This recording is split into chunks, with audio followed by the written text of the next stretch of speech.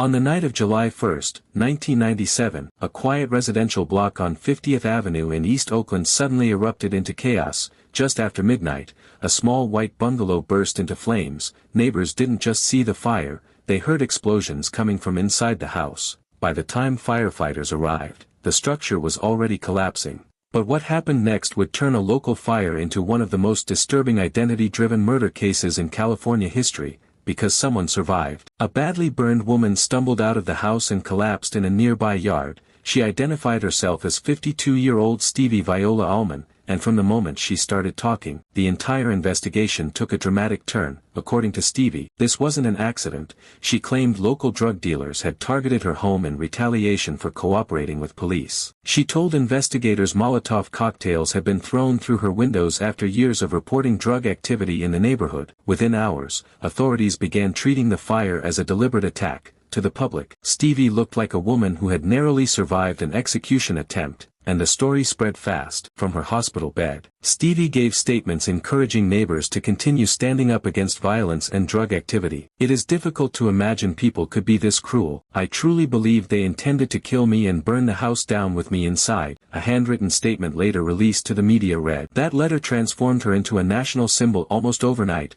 Donations started pouring in, local organizations offered financial support, contractors volunteered to rebuild the home, politicians referenced the case as evidence of rising violence against ordinary citizens. At one point, even the White House reportedly contacted the hospital to offer support, but behind the scenes, the story was already beginning to fall apart, and the first people to notice weren't detectives. They were Stevie's own family. Relatives who visited her in the hospital began noticing subtle inconsistencies, not necessarily in her appearance, the burns were too severe for that, but in her behavior, something felt off. Her speech patterns didn't sound right, certain reactions felt unfamiliar, and her memory of personal details seemed strangely inconsistent. Stevie would never have confronted dangerous people directly, she would have avoided them completely. One relative later told investigators, "At first, police dismissed those concerns as trauma from the fire, but the doubts kept growing. Eventually investigators decided to verify the victim's identity more carefully. They reviewed hospital records, personal belongings recovered from the scene,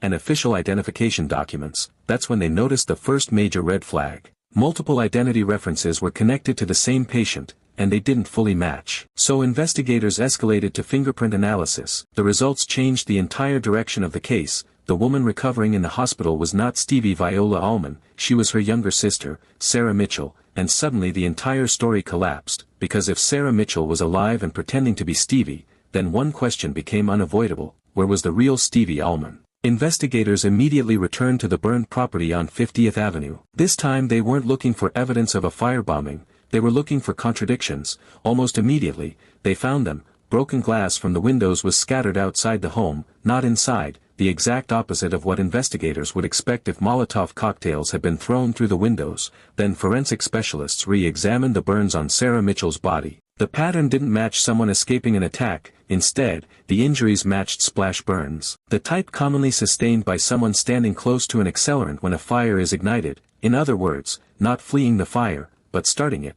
Then came the most horrifying discovery of all. During a secondary search of the property, investigators focused on a large chest freezer near the fire's origin point. The exterior had been heavily burned, but the insulation inside had preserved what was hidden within. When investigators opened the freezer, they discovered the dismembered remains of Stevie Viola Allman. Her skull had been crushed by blunt force trauma, and evidence showed her body had been cut apart before the fire ever started. The freezer had been placed there intentionally, meaning the blaze was never the real crime scene, it was the cover-up. Stevie Allman had been murdered before the fire began. And while the country was sending donations and sympathy to the woman in the hospital, the real Stevie had already been dead inside that house. Sarah Mitchell was arrested and charged with first-degree murder. In November 2000, a jury convicted her, and she was sentenced to life in prison without parole.